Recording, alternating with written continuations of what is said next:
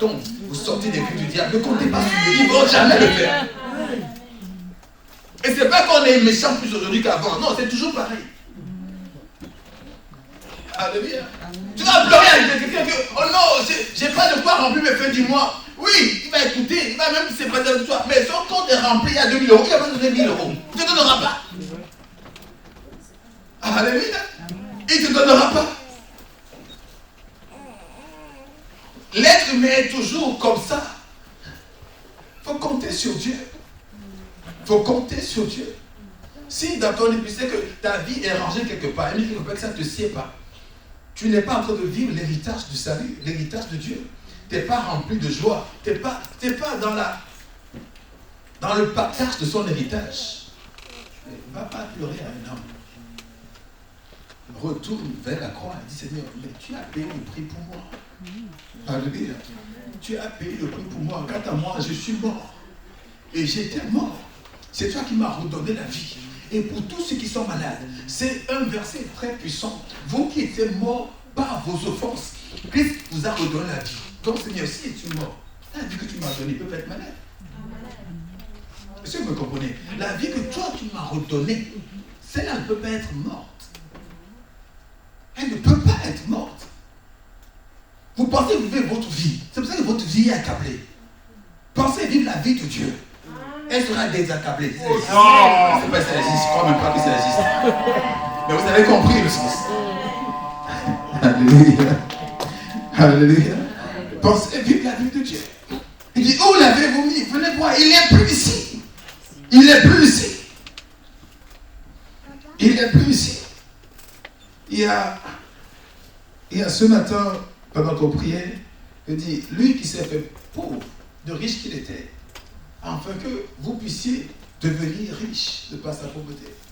Et il dit, il est mort afin que aussi, toujours en Galate, ça c'est en Galate, c'est en 2 Corinthiens, 1 Corinthiens chapitre 8, et là c'est en Galate, il dit, il est mort afin que les bénédictions d'Abraham aient pour nous. Pas son rêve, mais son accomplissement. On n'est pas juste appelé à rêver, on est appelé à voir l'accomplissement. Et chaque fois que tu ne vois pas, il n'y a pas à aller montrer à Dieu que Seigneur, tu as vu, j'ai jeûné. Fais pas comme le pharisien. Père, tu sais, moi j'ai jeûné 2 jours chaque semaine. Je donne toute la dîme de mes offrandes. J'ai donné toute la dîme de mes biens, de mes offrandes. Je ne suis pas comme ceux-là. Moi je fais, pourquoi j'ai pas ça? Là tu parles du mérite et tu ne l'auras pas. Parce que tu ne mérites jamais rien. Alléluia. Le seul prix qui a été payé, ce n'est pas l'homme qui l'a payé, c'est Dieu qui l'a payé. Et tu viens vers Dieu rappeler que Seigneur, le prix que tu as payé là, c'est aussi pour moi, n'est-ce pas? C'est aussi pour moi, n'est-ce pas? Les Israélites ont prié, Dieu a dit, bon, mettez le sang sur vos lèvres, tu les portes. Il n'a pas dit, bon, d'abord, gênez tout le monde, faites ceci, et puis je vais voir votre justice. Non, Dieu est venu avec le sang. Et quand le sang entre en compte, il n'y a personne, aucun humain n'est sur le piédestal. Aucun humain ne rentre en compte. Amen. Amen. Alléluia. C'est le sang de Jésus. Et je l'appelle la dernière carte. C'est vraiment la dernière carte que Dieu a déployée quand un adversaire était redoutable et résistait. Miracle après miracle, prodige après prodige. Dieu a sorti la dernière carte qui est le sang de Jésus-Christ. Alléluia.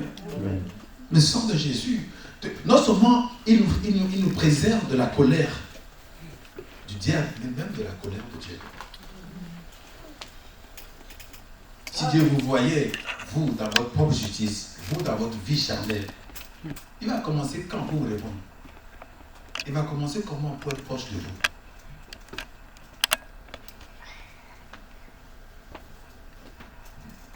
Retenez que si vous ne comptez pas sur la croix, sur l'œuvre de la croix, Christ est mort en vain. Amen. Alléluia. Amen. Si vous ne comptez pas, je ne parle pas pour ceux que je connaisse ou ceux que je ne connaisse pas. Je parle pour tous ceux qui, pour une fois, ont confessé Jésus-Christ comme Seigneur. Si vous ne comptez pas sur l'œuvre qu'il a accomplie, il est mort en vain pour vous. Il est mort en vain pour vous. Autant rester. Et vous savez que ce que vous devez faire, vous devez aller acheter chaque jour des bœufs. Et ce n'est pas donné. Elle achète des bœufs chaque jour. Et tuez-les chaque jour. pour confesser vos péchés chaque jour, pour que Dieu soit peut-être en paix avec vous chaque jour. Parce qu'il faut toujours du sang pour cacher le péché. Il faut toujours une vie pour couvrir une autre vie. Et l'animal qui se rapproche le plus de l'être humain, c'est le bœuf. Et le sang, cet animal couvre les péchés, mais ne l'effacez pas. On dit Jésus, voici l'agneau de Dieu qui ôte. Alléluia. Donc même si tu es riche pour acheter le bœuf chaque jour de la semaine, pour l'offrir chaque jour de la semaine, encore sache qu'il ne l'ôte pas. Ce bœuf ne peut que couvrir. Le jour où par une maison de Dieu enlève ton sang, quels sont les péchés que tu as?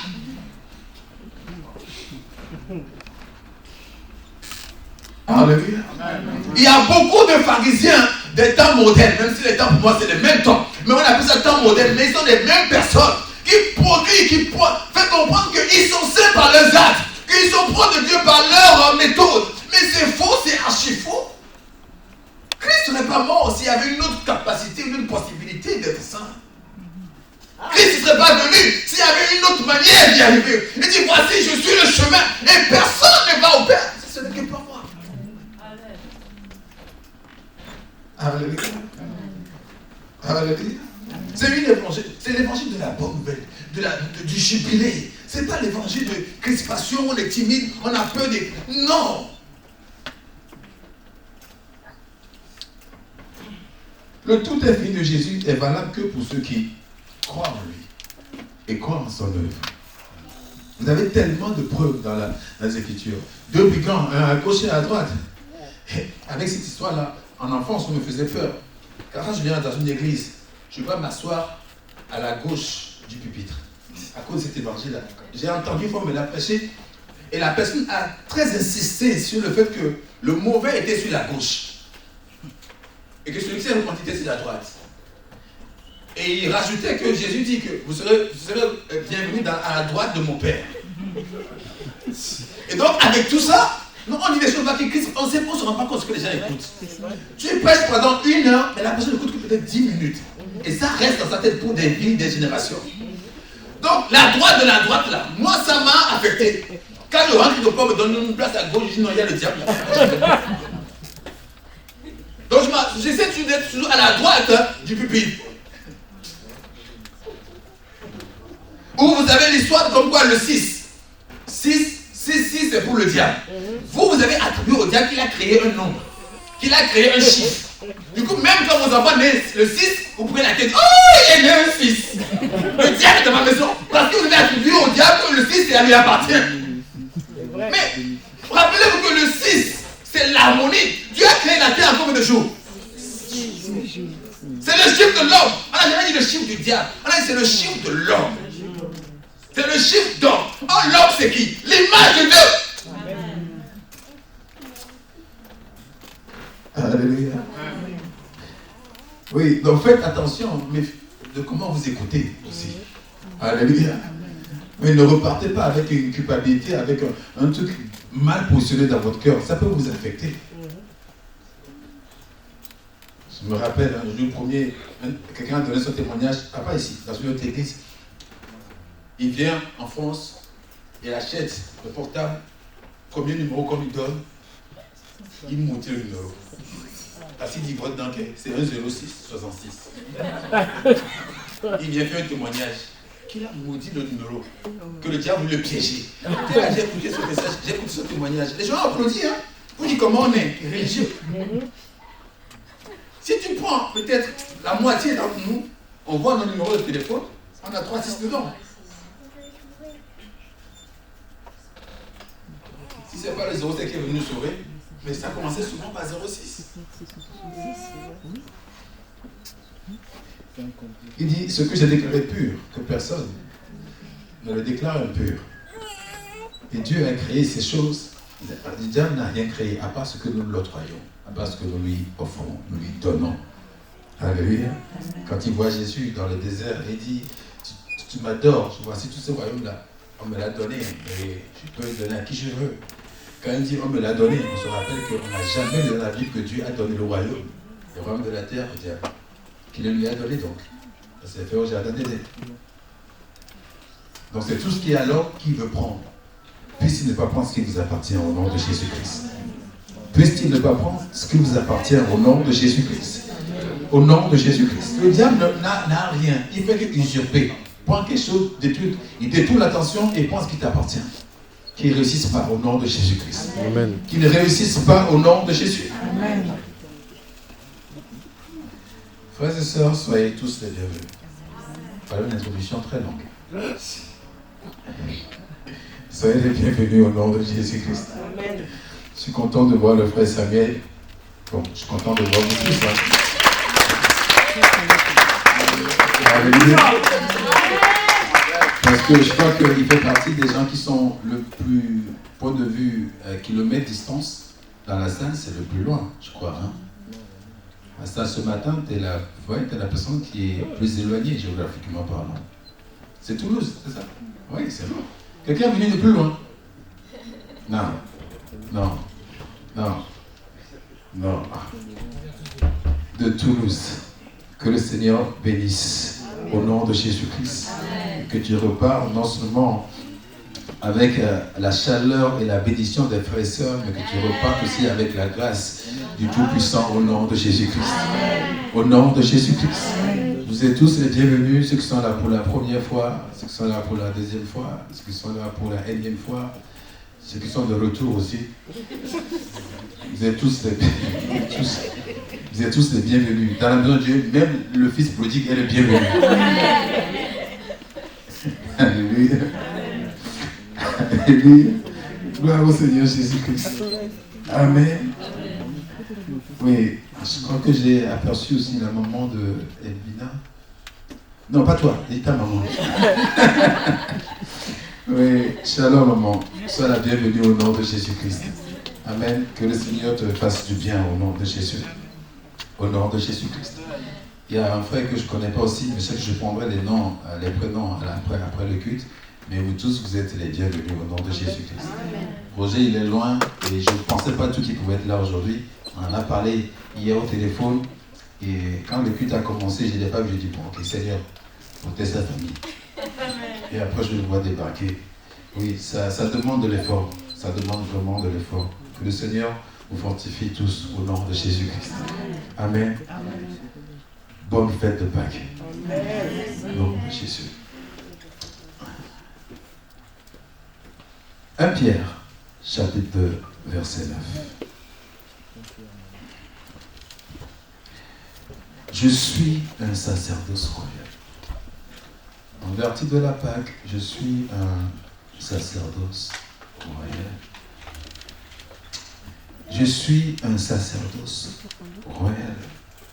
En vertu de la Pâque, je suis un sacerdoce royal. Vous pouvez commencer, vous qui êtes ici, à prendre un engagement sérieux dans votre cœur, de détruire la mauvaise structure, le mauvais fondement que vous donnez à vos enfants. Hier, j'étais à Électro-Dépôt. Et comme si je voulais me prouver ce que je savais déjà. Il y avait beaucoup de chocolat là-bas. Et qu'on demandait aux gens de prendre. Je donne ma main, je le prends. Mais je ne suis pas satisfait parce que personne ne me dit rien. Donc je pose la question, puis-je, juste pour voir qu'est-ce qu'on va me dire, puis-je? Oui, il faut le prendre, c'est gratuit. Et il insiste, il me dit, c'est la Pâque. Et là j'ai dit, la Pâque, c'est le chocolat. Il me dit oui. Et il dit oui, on était 3, hein, je crois. Il dit oui, la Pâque, c'est le chocolat.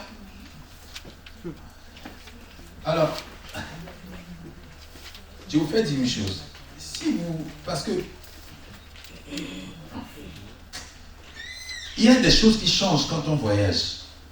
Et il y a des choses qui ne changent pas, même quand on voyage. Je ne suis pas par exemple de nous.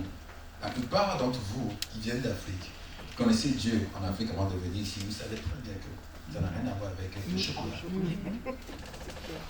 Ce qui m'étonne, c'est que vous vous admettez à vouloir changer les normes, à prendre un peu de chocolat et un peu de Jésus.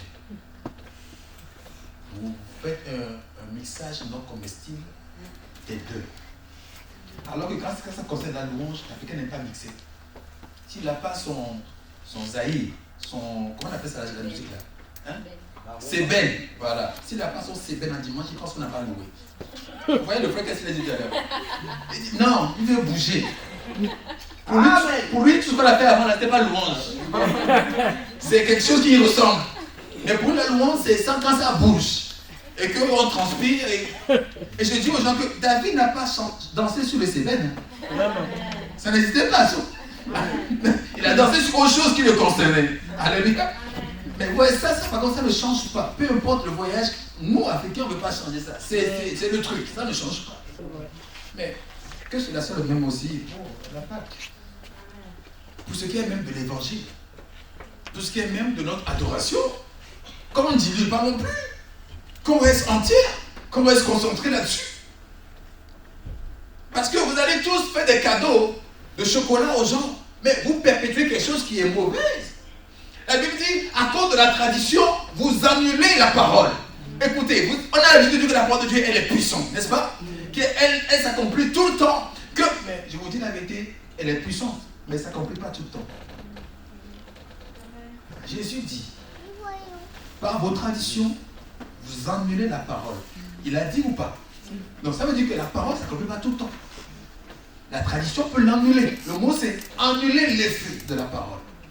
Donc si la tradition peut annuler la parole de Dieu, ben ne me dites pas que tout ce qui se passe c'est la volonté de Dieu. Dans ce cas, ça veut dire que Dieu règne très mal. Dieu dit qu'il est le Dieu de l'orphelin, de la veuve, du pauvre. Il est le Dieu de l'orphelin, la veuve et le pauvre. Et pourtant nous voyons beaucoup de veuves, orphelins et pauvres être complètement oppressés, même jusqu'à la fin de leur vie. Et on dit que c'est la volonté de Dieu, c'est faux. Dieu ne dira pas que prier et demander que ta volonté soit faite, c'est l'était automatique. Dieu ne te dira pas, prie et demande à ce que sa volonté soit faite si elle était automatique. Nous traduisons notre impuissance par le fait que, oh, si ça arrive, c'est que c'est la volonté de Dieu. Non. Non, je veux bien plutôt admettre mon insuffisance, admettre mon impuissance, ne pas l'attribuer à Dieu. Il y a une époque où la seule médecine pour la maladie, c'était la prière des anciens, la prière de foi. Aujourd'hui, si on dit que quelqu'un n'est pas guéri, peut-être que tu n'as pas de foi. Oh, c'est la volonté de Dieu. Ça, c'est rubbish. Rubbish, on va dire quoi? Enfin, sottise. Tu n'es pas capable de donner la maladie à ton enfant pour l'éduquer. Pour dire, quand tu comprends, mais tu es têtu là, prends un peu le cholestérol, c'est pas, ça c'est mal ça. Prends un peu le mot de tête, prends un peu ça, parce que tu comprends bien, ça va t'apprendre. Personne ne le fait. Personne ne le fait. Mais pourtant, on attribue que Dieu est capable de le faire, il le fait. Très souvent, mais on est à l'hôpital, on a ça, quelqu'un prie, ça ne marche pas. Bon, finalement, c'est la volonté de Dieu. C'est faux. Ça n'a jamais été la volonté de Dieu de donner la maladie. Il faut que tu reconnaisses que j'ai été incapable de le faire. Ça m'est déjà arrivé, je suis incapable de le faire. Il y a une personne. Ça remonte à, je sais pas, je sais même plus trop. Sa mère est décédée il n'y a pas longtemps, il y a 2 semaines. Mais je peux parler de la fille. Elle s'appelle Christelle. À l'époque, j'étais dans une assemblée. Et j'étais quoi? J'étais parmi les chantres. Elle avait quoi? 22 ou 23 ans? Ouais, frappé par le concert. Et on était tous là à prier. Bon, jusqu'à ce qu'à un moment donné, un ange nous a repoussés. Ça peut être l'excuse qui m'a atténué ce chagrin-là. Mais maintenant, je prends la Bible et je vois aucun serviteur n'a échoué face à l'argent. Que ce soit dans l'Ancien Testament, dans le Nouveau. Alléluia. Au lieu de reconnaître, je dis que bon, on n'a pas été à la hauteur. Ce qui est ensemble, ce n'est qu'un apprentissage. Mais non, on veut l'attribuer à Dieu. C'est sa volonté, qu'est-ce que c'est là, c'est là. Et donc, tu as un frère qui est dans l'addiction. Tu as un frère qui est dans l'addiction à l'alcool, ou bien aux drogues. Ou tu as une soeur qui est livrée à la prostitution. Tu lui diras, qu'est-ce que c'est là, c'est là. Tu n'arrives pas à changer, c'est pas grave, c'est la volonté de Dieu. Si la famille, ça se passe là, c'est ainsi. Non, ce sont des mensonges. Mon Dieu, ce sont des mensonges. Ce sont des mensonges. Il y a le Syrien là, le lépreux. Quoi? Naaman, son roi a entendu qu'en Israël, la fille a dit qu'en Israël, si ce général était en Israël, il connaissait le prophète Élie, oh, cet homme serait guéri. Il a entendu ça, il a envoyé une lettre au roi d'Israël. Il dit, je t'envoie mon général pour que tu le guérisses. Et c'est dans l'histoire de 2 rois, 2 rois chapitre 5. Et le roi, il a fait quelque chose. Il prend la lettre, il prend connaissance du contenu et il déchire son vêtement. Il dit, mais qui suis-je? Pense-t-il que je suis Dieu pour faire vivre et faire mourir? Voyez, dit-il à ses conseillers, il me cherche querelle pour me livrer bataille. Et Élie apprend que le roi de la nation s'est déchiré les vêtements parce qu'on lui a mené un cas compliqué, un cas de vie ou de mort. Et il dit, hey, dites au roi, amenez-moi le général, afin qu'il sache ici qu'il y a un prophète dans la nation. Il n'a pas dit un roi. Comme le roi lui a échoué, qu'il sache qu'il y a un prophète. Il n'a pas dit qu'il sache que Dieu existe. Vous vous rappelez quand il est venu, il a dit qu'il ne peut pas, pendant 3 ans, ce n'est que ma parole. On n'a jamais dit que Dieu l'a envoyé. Alléluia. Et quand tu es en situation d'échec, la Bible dit quand, au jour de l'adversité, tu échoues, c'est que ta force était faible.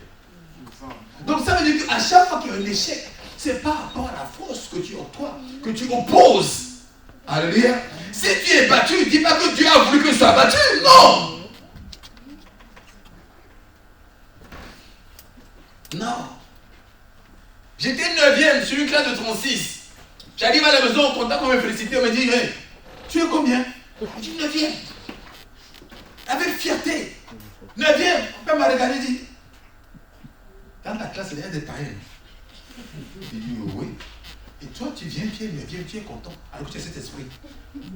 Avec le Saint-Esprit, tu as tout fait pour avoir le 9e. Avec le Saint-Esprit, l'Esprit Saint. Toi, tu es 9e. Et tu viens nous dire que tu es 9e. Tu es fier. Sur le coup, j'ai dit, mais attends, quand même 9 quoi, sur 36.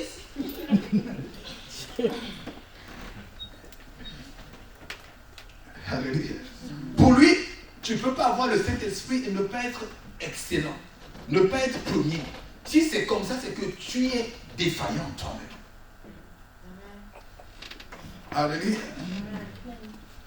Tu ne peux pas être malade et être bien malade parce que les gens disent ma maladie. Donc ils sont bien malades. Ils sont malades et ils sont fiers d'être malades. Puisque ce matin, quelqu'un me dit j'ai attrapé froid. Il dit mais lâche-le. C'est qui ça? C'est qui m'a dit ça? C'est pas dans le bureau. Oui. Il dit j'ai attrapé froid. Il dit mais laisse-le partir. Laisse-le. Pourquoi tu l'as attrapé? Laisse-le. Et c'est ton langage de chaque jour. J'ai attrapé froid. Ok, ramène-le à la maison avec toi. Alléluia. Mon mal de dents, mon mal de dos, mon mal de. Mais Jésus, pendant qu'il était vivant, il ne disait pas que ma mort. Non, il disait ma mort est ma résurrection. Il le disait déjà. Ce qui fait qu'à sa mort, il y a eu vraiment une résurrection. Pour confirmer ce qu'il disait de son vivant. Alléluia. Marc 16, il dit il s'en allait prêcher la bonne nouvelle. Et le Seigneur travaillait avec eux en confirmant les paroles que eux ils déclaraient. Dans une église, on ne dit pas que vous allez réussir. Dieu ne va jamais confirmer la réussite dans votre vie. Dans une église, on ne dit pas que vous pouvez être saint. Dieu ne va jamais confirmer la sanctification dans votre vie. Dans une assemblée, on ne dit pas que vous ne pouvez pas être malade. Dieu ne va jamais confirmer la guérison divine dans votre vie. Dieu ne vient que confirmer ce que l'homme est en train de déclarer basé sur la parole. Il n'invente pas autre chose. Si tu proclames sa parole, que tu es d'accord avec lui. En étant d'accord avec lui, il vient confirmer. Alléluia. Hier nuit, avant de se coucher, j'appelle Ketura et je lui dis, dans 3 ans, pourquoi je le dise même? Je dis, dans 3 ans, je suis millionnaire. Tu veux que je fasse quoi? Tu me regardes. Dans 3 ans, ça fait quoi, 2025? Et puis, c'est pas une discussion. Je suis là, je suis en train de faire quelque chose, et puis je l'appelle. Viens, je vais te parler. Et viens, je lui dis, dans 3 ans, suis millionnaire. On fait quoi? Il me dit, va acheter des maisons. Des immeubles. Il dit, toi tu fais la maison, c'est ce que tu aimes me poser.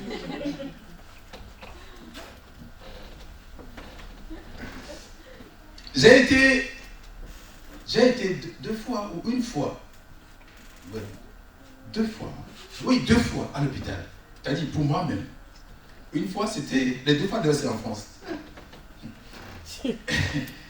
Une fois, c'était... On était au travail et quelque chose s'est détaché en haut et qui est tombé sur moi. Et c'est le jour qui me dit, mais tu saignes de la tête. Je n'ai pas remarqué. Et dès qu'on m'a dit que tu saignes de la tête, paf, je tombe. C'est ça vraiment l'ignorance. Hein. Quand tu ne connais pas, tu ne sais pas que tu es malade. Dès qu'on m'annonce que, mais tu saignes de la tête, je fais comme ça. Et je vois qu'il y a ma mère en plus de sang, ça y est, je m'évanouis, je vais à l'hôpital. On m'a pris une stagiaire pour me coudre. 5 points de suture. Et la stagiaire aussi faisait beaucoup mal. Et je lui demande, mais pourquoi tu... Il dit, non, c'est ma première fois. Il dit, il dit, tu penses que je suis l'essaye? Je suis le cobaye. Il dit, non, je dis, arrête, va m'amener le médecin, mais le médecin vient. Il dit, non, si elle ne fait pas, elle ne va jamais apprendre. Il dit, mais reste ici et montre-lui. Sur ma tête, montre-lui. Parce que je n'ai pas voulu qu'on me mette le... Comment on appelle? L'anesthésie. Deuxième, je marchais dans la rue, j'ai eu un mot de ventre. Et le soir, en dormant, j'ai eu aussi un mot de ventre. Et tellement ça faisait mal qu'on a composé l'hôpital. Ils sont venus me chercher. Et ça va sans dire que la première, c'était donc anecdotique. Il n'y a pas rien de sérieux. Il y a une trace, mais voilà, c'était pas une maladie, c'était rien du tout. C'était considéré comme un accident, une blessure. Mais celui-ci est considéré vraiment comme une maladie. J'arrive à l'hôpital et il faut mettre le contexte que j'ai grandi dans une famille où quand il y a des chèques quelque part, c'est pas la volonté de Dieu, c'est toi-même. Donc le fait déjà de savoir que je vais à l'hôpital, je pense à ma famille, dit, là, vous me descendiez. Mon père n'a jamais été à l'hôpital. Il dit, si je suis à l'hôpital, Dieu cesse d'être Dieu. Amen. Alléluia. Et ma mère, pour accoucher, elle part comme ça de la maison et elle va au boulot, elle revient à 17h. Et puis elle dit, elle était juge à ce moment à l'époque, et puis elle dit, bon, grand frère, enfin, l'aîné, il dit, regarde, hein, tes frères, j'arrive, je vais l'accoucher, revenir. Et il prend sa moto. C'est à ce moment, elle n'a pas encore de voiture. Elle prend sa moto, elle va, et après, à l'entour de 22h, on vient avec un nouveau-né. C'est comme un courrier là. Voilà. Et puis le lendemain, elle reprend le boulot. Et lui dit, le lendemain, elle reprend le boulot. Donc elle va finir, elle fait une demi-journée pour venir à l'été. Et nous tous, ça va sans dire, on a été gardés de biberons. Moins de ça, que de biberons, à cause de ça. Les enfants d'Israël, la Bible dit que, avant qu'on appelle la sage-femme arrivée, elles accouchent déjà. Connaissez ces choses-là, c'est votre héritage. Il dit, avant, on appelle la sage-femme, avant que la sage-femme arrive, elles ont déjà accouché. Et pourquoi ça? Parce qu'elles étaient fortes. C'est quoi la différence entre eux et les Égyptiens? Ils étaient dans le même endroit, ils mangeaient les mêmes choses, et pourtant. Alléluia, peut-être même mangeaient même moins, parce qu'ils étaient des esclaves. Mais il y avait une force que mes parents ont redouté. Ce plat est spécial. Je vous lis 1 Pierre 2, 9, parce que la Bible dit que vous êtes à part. Alléluia. Que votre cas est différent. Que vous êtes mis à part. Elle me dit, monsieur, il y a un truc au niveau de quoi? Bilaire, hein, vasco-bilaire, un truc comme ça. Les noms m'échappent. Quand on doit couper un peu de la bile. L'appendicite? Non. Voilà, c'est ça. Les noms là, vraiment, je ne les garde pas d'ailleurs. Donc, ils sortent le nom pour la première fois. Moi, j'ai dit, ça me dit quoi même? Ça me dit quoi? On me dit non, il a tout peut-être un aliment qui est coincé là-bas, il faut l'enlever. On fait juste une petite opération. J'ai dit une opération pour moi c'est jamais petite. Et il y avait 2 personnes qui étaient là. Et je les regardais les deux. Puis j'ai dit, je me fais opérer. Non. J'ai dit, peut-être je vais rouler comme ça au sol jusqu'à rentrer. Et puis les deux me regardent, et puis un qui dit, laisse faire, c'est rien du tout. Il y a un bas cicatrice, c'est un point qu'on fait. Le docteur dit, bon, je vous laisse réfléchir. Mais si on ne le fait pas, ce qui est bénin là, ça peut devenir quelque chose de grave si on ne fait rien. Et donc, il est parti. Je réfléchis. Il dit non, j'appelle pas ma mère. Je ne peux pas me faire. C'est ce qu'il me dit. Genre, quel péché tu as fait? Tu as fait quel péché? J'appelle pas. Mais je savais que le mois là, je n'avais même pas de force physique, force spirituelle pour entamer une prière. J'avais rien. Et à cela, je dis aux gens, quand vous allez voir une malade à l'hôpital, discernez s'il a la force de prier avec vous ou pas. S'il n'a pas la force, il tord de douleur. Ça sert à lui demander, est-ce que tu m'écoutes? Est-ce que tu reçois? Est-ce que tu crois? Est-ce que non? Toi, prie seulement. Alléluia. On est dans le protocole en disant ça. Est-ce que tu crois? Est-ce que tu as la foi? Je n'ai jamais demandé à quelqu'un, est-ce que tu crois? Est-ce que tu me connais? Est-ce que tu confesses tes péchés? Non. Et j'arrive pas. Et j'aurais aimé qu'on me donne une verset biblique, qu'on me dise quelque chose. La sœur insistait, m'a donné le dernier moment, on m'a dit, ok. Ça a été jusqu'aujourd'hui, pas un échec, mais ce que je considère comme le moment de faiblesse où ta force est vaine. Est-ce que vous comprenez? Ta force, je ne l'attribue jamais à Dieu. Évidemment, il n'y a pas de cicatrice sur mon corps. Quand on nous habille, il n'y a rien. Parce que le point, c'est... Bon, après, là-haut, Seigneur, je suis black. Hein. Donc, peut-être que s'il était de couleur tête claire, ça se verrait plus, c'est pas. Mais ils ont fait juste un point, comme ça. Donc, ça ne se voit pas. Mais qu'est-ce que c'est resté dans mon esprit comme un échec? Vous ne pouvez pas tolérer la maladie, soit disant que d'autres sont malades, bien non. Ben, moi aussi, je peux être malade. C'est faux. Je suis l'Éternel qui te guérit. Donc si tu es guéri, c'est qu'il ne t'amènera pas à l'hôpital.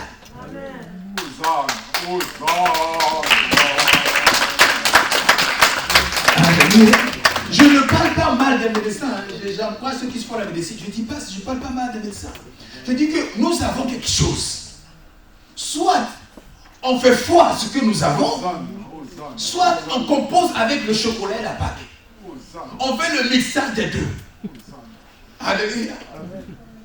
C'était les 2 fois où forcément j'ai été à l'hôpital et je veux dire ici, par ricochet, j'ai pris un médicament. Je suppose, je n'ai pas pris, mais je suppose que dans les sérums, il y a des médicaments. Mais sinon, de toute ma vie, je peux attester qu'il n'y a pas de médicament qui rentre dans ma bouche. Et pourtant, l'on n'est pas administré, alité ou fatigué. Non. Alléluia. Si Dieu le fait pour les autres, Dieu le fait aussi pour les uns.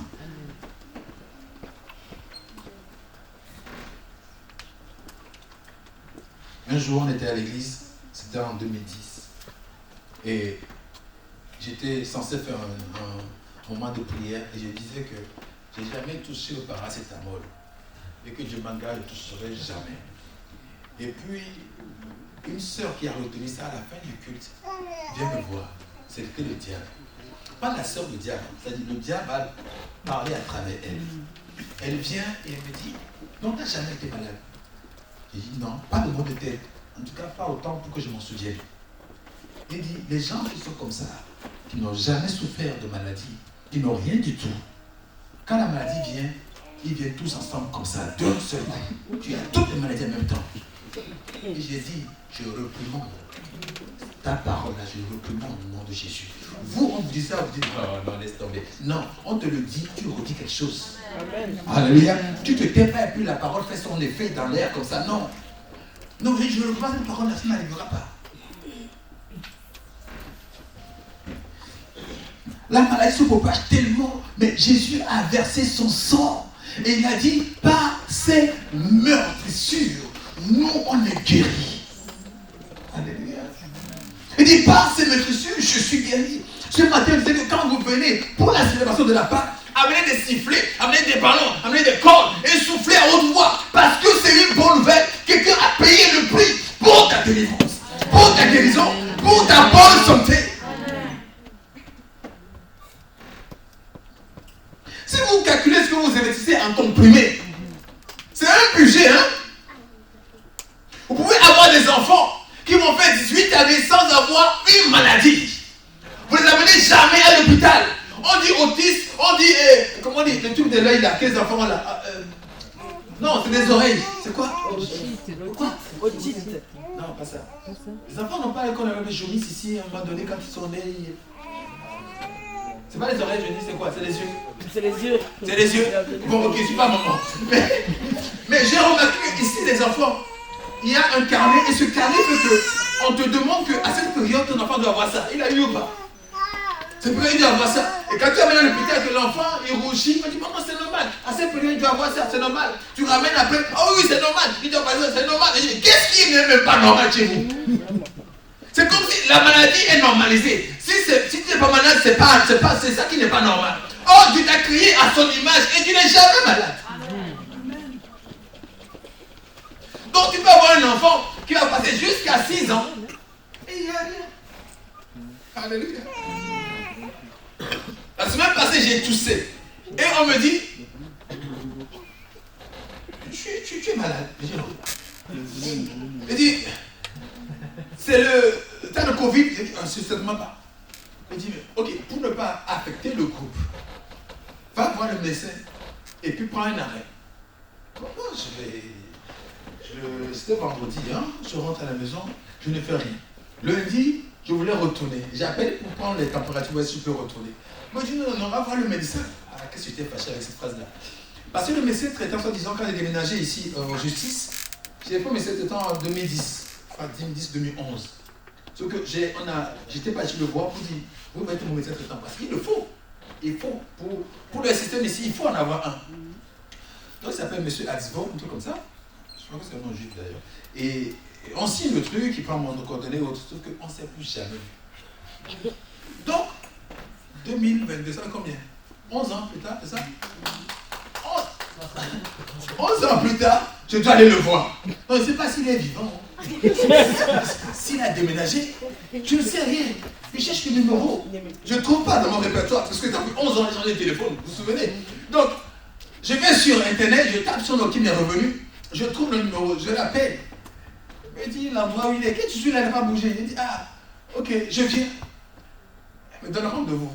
Donc j'ai été, il me dit, mais je ne me souviens pas de vous, en fait, quand vous n'avez pas le téléphone. Il dit, bah, c'est normal. Et puis dans les fichiers, je ne vous vois pas. Il dit, ah, vos fichiers, remonte à quelle année? Il me dit, mais j'ai renouvelé tous mes fichiers en 2015. Il dit, non, on s'est vu avant. C'était en 2010-2011, comme ça. Il dit, oh, depuis 2010, vous n'êtes pas venu consulter. J'ai dit, mais il n'y a pas eu besoin. Vous n'avez pas été malade. Je dis, non. Mais le Covid, il n'y avait pas rien. Je dis, mais non.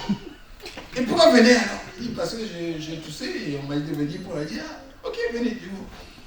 Et puis il check, il dit, on peut faire tous les examens. Il dit, mais faites. Il fait tout, le pied, la bouche, les yeux, il fait tout. Et puis il me dit, mais c'est bizarre, hein? Il dit, quoi? Ben, vous n'avez toujours rien.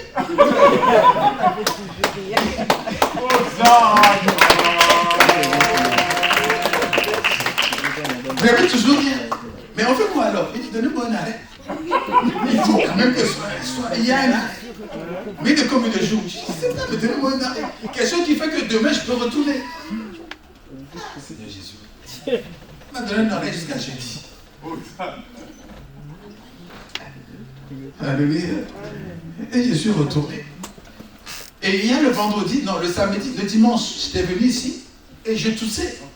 Je toussais presque chaque 5 minutes. À la maison, elle peut témoigner que la veille, je toussais, enfin, beaucoup, presque chaque 5 minutes, je toussais. Je dis, mais comment dimanche, je vais monter et exhorter? Et chaque fois, non.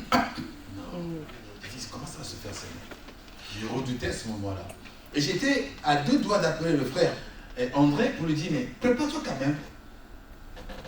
Dimanche, comme ça, demain, tu feras le culte. J'arrive, je ne recevais personne, j'étais là, je réfléchissais. Et puis, j'ai dit, bon, je me suis rappelé d'une phrase que j'avais déclarée quand l'église était encore dans ce sens-là.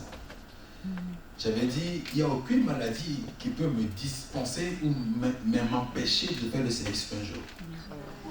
Je peux ne pas faire le service, mais ça ne sera pas à cause d'une maladie. La phrase elle est revenue dans mon esprit. Et je dis, je vais y aller. Et durant le temps du message, il n'y a pas un tout qui va se prononcer. Comme le tout peut être capricieux, je dis, on va faire honte au diable. Quand je me suis levé pour venir ici, j'ai dit d'abord ça à tout le peuple. J'ai dit, mais voici, vous savez tous, non? Ok. Pendant les 1 heure qui vont suivre, il n'y aura pas un tout durant le temps de la prédication. Non seulement il n'y a pas eu un tour durant la prédication, mais depuis ce jour-là, il n'y a même pas eu un tour. Vous voyez ce que je veux dire? Depuis ce jour-là, il n'y a pas eu un tour. Les gens pensent que c'est chic. Jean, tiens un papier mouchoir. Non, c'est que tu es malade, c'est tout.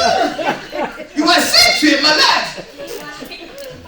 En pensant pour genre, je suis spécial à repousser. Non, tu es malade. Ce n'est pas de la prestance, c'est juste que tu es malade. C'est comme le verre sur les yeux. Les gens pensent qu'en portant trop d'éveil, ils se font sérieux. Non, soit c'est parce que tu as mal à l'œil et que tu le mets. Mais sinon, celui qui n'a pas les lunettes de vue, bah, il est bien pourtant. Alléluia. Alléluia. Ne limitez pas Dieu dans vos vies. Amen. Ma lectrice, elle est où? Je ne la vois pas. Elle est où? Oui, ok. Tu peux lire. 1 Pierre 2, verset 9. Je lis la parole de Dieu dans 1 Pierre 2, verset 9. Vous, au contraire, vous êtes une race élue, un sacerdoce royal, une nation sainte, un peuple acquis, afin que vous annonciez les vertus de celui qui vous a appelé des ténèbres à son admirable lumière. Amen. Qui autrefois... Tu peux répéter le même verset, juste le même verset 9. Vous, au contraire, vous êtes une race élue, un sacerdoce royal, une nation sainte, un peuple acquis, afin que vous annonciez les vertus de celui qui vous a appelé des ténèbres à son admirable lumière. Alléluia. Amen. Alléluia. Amen. Alléluia. Amen. Celui qui vous a appelé des ténèbres à son admirable lumière. Père, que ce qui est admirable soit la portion de ton peuple au nom de Jésus. Que juste ce qui est admirable, qui est digne de louange, qui est digne d'approbation, qui est vertueux, soit leur portion au nom de Jésus-Christ. Que ce qui est digne de louange, que ce qui est vertueux, que ce qui est digne d'approbation, que ce qui est admirable soit l'objet de leur vie quotidienne au nom de Jésus-Christ. Ne tolérez pas l'opprobre à s'asseoir dans votre vie. Il dit, il vous a mis dans un lieu où c'est admirable, dans son admirable lumière. Et cela dit au fait que les choses admirables sont les choses que vous devez vivre. Des choses admirables sont le propre de l'existence du croyant. Le croyant, je dis bien croyant, je dis jamais religieux. Je ne dis pas du croyant. Il dit le juste vivra par sa foi et non pas sa religion. Quand je dis au Seigneur, quelqu'un vient à Jésus, il me dit, ah, j'aime pas la religion. Je dis, mais qui t'a parlé de religion? Parce qu'en France, même le pain est une religion. Le pain est une religion.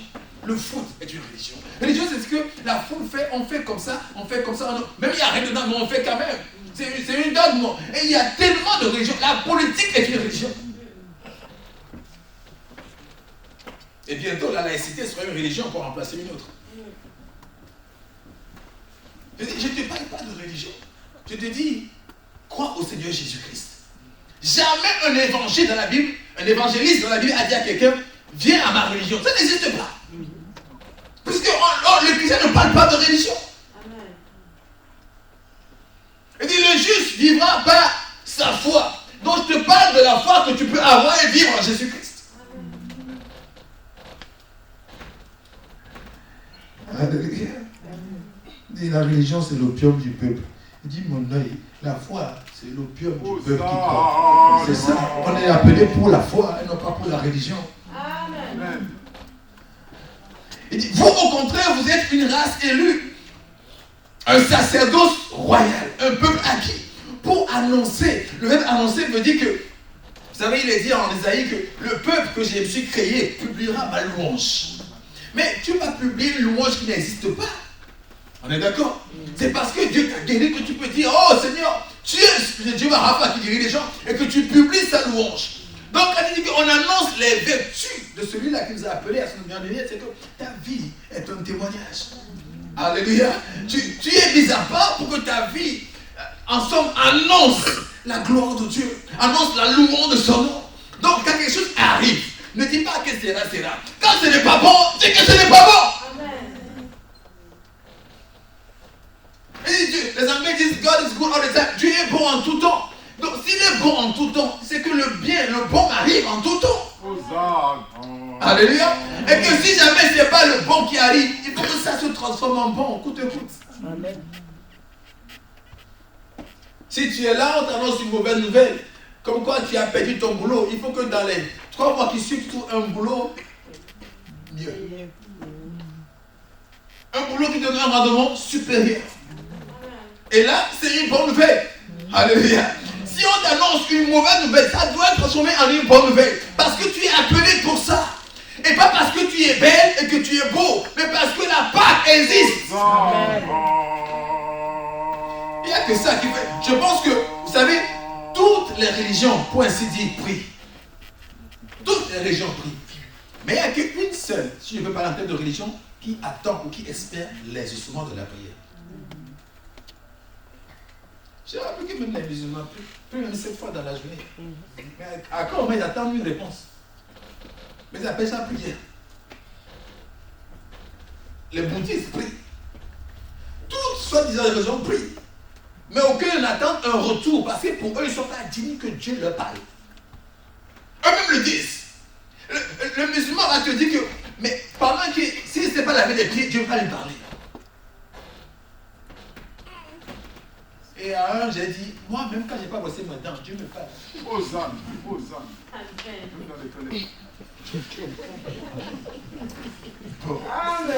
Il y a tous des gens pour extrapoler. Ouais. Mais Dieu, voilà une chose encore. Et quand le Seigneur était sur la croix, je vous dis que dans la Bible, vous allez trouver à aucun moment dans l'évangile de Christ qui a duré 3 ans et demi, à aucun moment, Christ appelait Dieu Dieu. À aucun moment, sauf un moment, sur la croix. Sur sa vie terrestre, toujours il fait mention au Père. Père. Et la seule fois qu'il va appeler Père Dieu, c'est quand il est sur la croix et qu'il dit, oh Dieu, Élie, pourquoi m'as-tu abandonné? C'est le moment où tout le transfert s'est fait, où le péché s'est fait un corps. Dit en hébreu, tu n'as voulu ni holocauste, ni sacrifice, mais tu m'as fait un corps, oh Dieu, pour venir faire ta volonté. Me voici, le corps de Christ est devenu un corps du péché. Enfin, pas le corps de Jésus. Sur la croix est devenu un corps qui est rempli de tous les péchés du monde, de tout fondement, même spirituel du péché, de toute maladie, de tout vice, de tout ce qui existe, qui est mauvais et que Dieu ne peut pas soutenir de regard. Ça, Christ l'a porté sur la croix. Isaïe 53, il dit quoi? Il s'est chargé de nos péchés, de nos torts, de nos souffrances. Il s'est chargé, c'est une charge. Or, la Bible dit, Dieu ne soutient pas de regard le péché. Et en ce moment, il s'adressait à Dieu. Dieu, pourquoi m'as-tu abandonné? Parce qu'en étant le corps du péché, Dieu n'est plus avec toi. Mais à nous, vous savez, dans l'Ancien Testament, on n'appelait jamais Dieu Père, on appelait toujours Dieu. Jésus est venu, il dit, Dieu cherche. Non. Il dit, le Père cherche de vrais adorateurs. Ceux qui adoreront le Père en esprit. Je dis au peuple que l'adoration commence par la filiation. L'adoration commence par la filiation. De ce que je reconnais que j'ai un Père. Et quand on dit enseigne à prier, comme Jean-Baptiste le fait aux autres, il dit priez, dites notre Père. Alléluia. Ton adoration commence par ta filiation. Tu ne veux pas adorer un Dieu que tu ne connais pas. dit Paul dans les écrits. Non, vous adorez un Dieu que vous ne connaissez pas. Notre adoration, c'est envers le Père. Il a donné l'Esprit qui crie quoi? Abba Père. Alléluia. La seule fois où Jésus a dit Dieu, c'est quand il était rempli de péché et qu'il se sentait donc éloigné. On dit que par le sang, Dieu nous a réconciliés, nous a rapprochés avec Dieu. Alléluia. C'est pour ça que d'autres religions ne peuvent pas se prétendre qu'ils sont proches de Dieu. Que Dieu pourrait leur parler. Parce que le Dieu est toujours un Dieu très très loin. Qui ne peut pas soutenir le péché, donc il ne peut pas les approcher. Pour que Dieu s'approche de toi, il faut que Christ et son sang te revêtent. Alléluia. Il faut que ça te revête totalement. Totalement. Il faut que ça te revête totalement. Pour que tu sois dans l'intimité avec Jésus. Et pas de ton fait à toi. Non, mais de son fait à lui. Vous savez, la loi dit, fais pas, fais pas, fais pas. La loi exige de toi. Alors que la grâce exige de Dieu. La grâce, c'est Dieu qui fait. La loi, c'est Dieu qui demande. Oh, tout ce que tu te demandes, tu n'arrives pas à le faire. Amen. Tout ce qu'il te demande, tu n'arrives pas à le faire. Alléluia. Tout ce qu'il te demande, tu n'arrives pas à le faire. Vous pouvez prendre n'importe lequel, même obéir à tes parents, à ton père, à ta mère. Tu n'arrives pas à le faire. Les générations, c'est les générations bouteuses des parents. Et en France, en cela, je le dis, et ça, je le dis pas parce que j'ai un problème, non, j'ai pas un problème avec ce pays. L'une des choses phares de ce pays à Gomé, c'est l'indiscipline que les enfants affichent envers leurs parents. Et ça, c'est une malédiction. Pour toute la nation. Pas que pour une famille, pour toute la nation. Tu vois un pays où les enfants ne respectent pas leurs parents, tôt ou tard, ce pays ne va pas rester longtemps.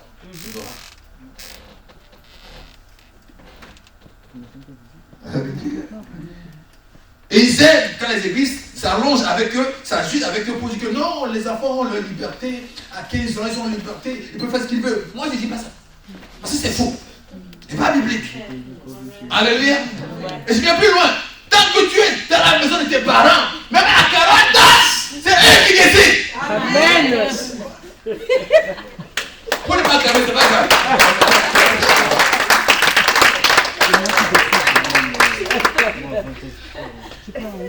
Même à 40 ans, tant que tu es sous tes responsabilités, c'est eux qui décident.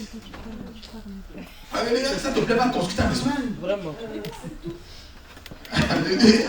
Il y a des gaillards dans la maison, ils disent ah, mais respecte-moi un peu ta mère. J'ai 30 ans. Il dit, mais tu fais quoi là-bas? Vraiment. Et tu fais quoi là-bas? Alléluia. Il dit, mais mes parents, quand même, vous me respectez quand même. Il dit, c'est jamais que dans la vie que parents respectent les enfants. C'est jamais écrit.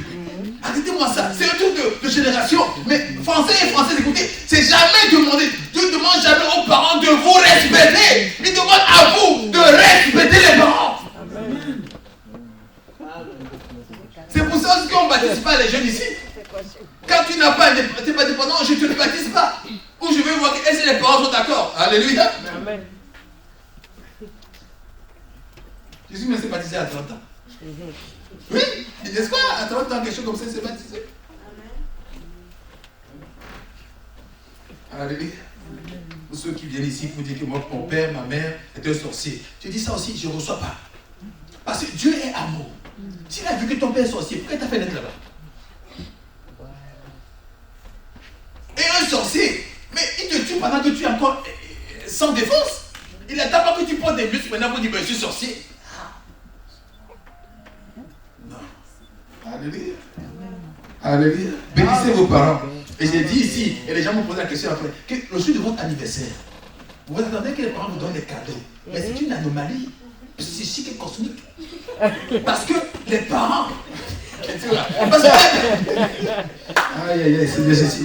Parce que les parents, au moment où. Elle rigole parce qu'on en a parlé à la maison. Son anniversaire arrive en août. Et elle va attendre les cadeaux de ses parents. Il existe même que ses parents viennent en France. Elle dit, mais je l'ai pris un jour, j'ai dit, mais écoute, qu'est-ce que veut dire ton anniversaire? C'est le jour où, à minima, ta mère a souffert un peu pour t'accoucher. Ça a saigné. Alléluia. Les médecins l'ont porté, l'ont soigné. Et toi, tu faisais que tu as gardé le biberon. Ou bien la tétine. Et donc, Si une année après, on doit se souvenir de quelque chose, tu vas te souvenir de sa douleur. Tu dis, maman, merci de m'avoir donné la vie.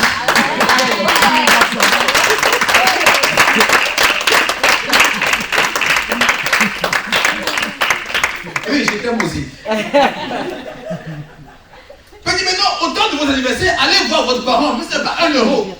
Merci de me donner la vie. Je vais honorer cette vie-là que tu m'as donnée. Maintenant, les enfants sont juste pour eux-mêmes. Oh, j'attends. Il n'y a pas un cadeau. Tu es déjà suffisant, non? Tu es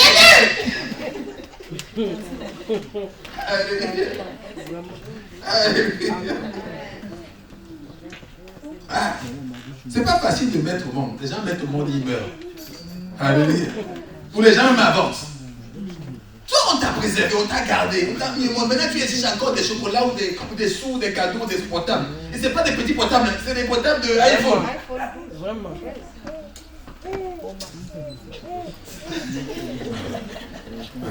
C'est des trafics, on fait des trafics sur nos parents, et c'est pas normal. Vraiment. Alléluia, ce n'est pas normal. Alléluia. Dis, mais vous, au contraire, vous êtes une race élue. Vous êtes au contraire. Donc, si tout le monde a le Covid, ou tout le monde a la maladie, tout le monde a le trépas, tout le monde a ça, tu dis, j'ai l'espérance que cette maladie qui tue les gens ne me tuera pas. Amen. Parce que Dieu a dit, mon cas est différent. Amen. Parce que le sang est versé. Parce que je suis un grand sportif, mais parce que je suis un croyant.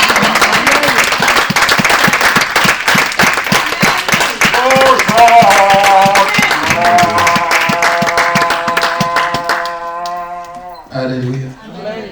Au nom de Jésus-Christ. Au nom de Jésus-Christ. Retenez que vous êtes mis à part. Jésus a payé le prix pour que toi tu aies toujours une relation avec le Père. Amen. Il a dit Dieu, pour toi, c'est dit Père. Chaque fois, Père, Père. Il dit comme Dieu m'a envoyé, comme le Père m'a envoyé, ainsi je vous envoie. Il dit Seigneur, je prie pour qu'il soit un, comme toi et moi nous sommes un. Alléluia. Je ne prie pas pour tout le monde, je prie juste pour eux, pour qu'ils soient un, comme toi et moi nous sommes un. Et Jésus est venu, il a accompli l'œuvre que Dieu a mis dans son cœur, dans sa vie. Ma prière aussi ce matin, c'est que l'œuvre pour laquelle vous vivez, peut-être même sans le savoir encore, que Dieu qui a commencé une si belle œuvre dans votre vie l'achève au nom de Jésus-Christ. Amen.